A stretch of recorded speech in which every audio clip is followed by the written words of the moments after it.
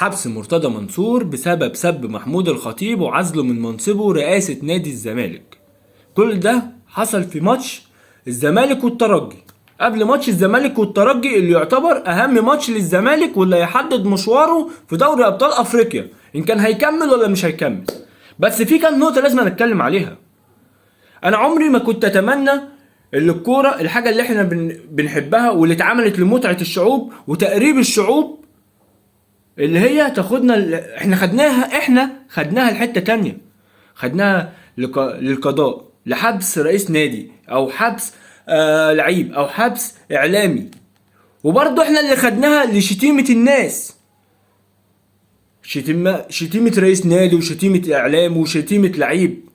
ما مش معقولة كل يوم تطلع تشتمني وعايز نسكت، ده حق ربنا. حتى لو انت بتقول ان محمود الخطيب مسلط عليك كتائب الكترونية كل شوية تشتمك، الراجل بيطلع في قمة الادب والاحترام. عمر ما الواحد سمع من محمود الخطيب غلطة.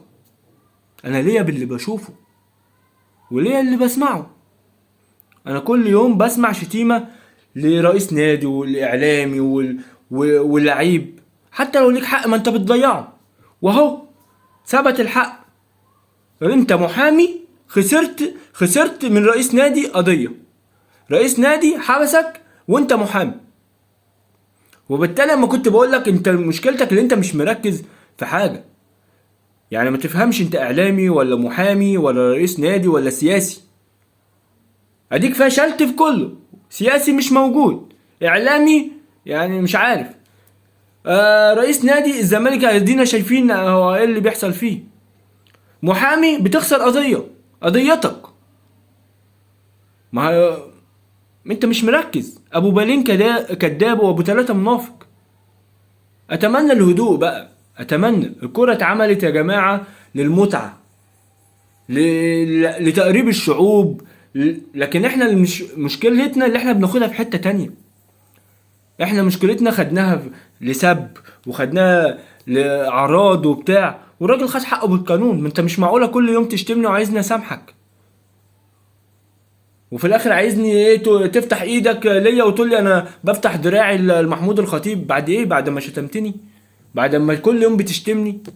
وفي حاجتين حاسسهم والله، اللي الزمالك ربنا يكرمه النهارده في ماتش الترجي، واعلام نادي الزمالك هيتغير تماما.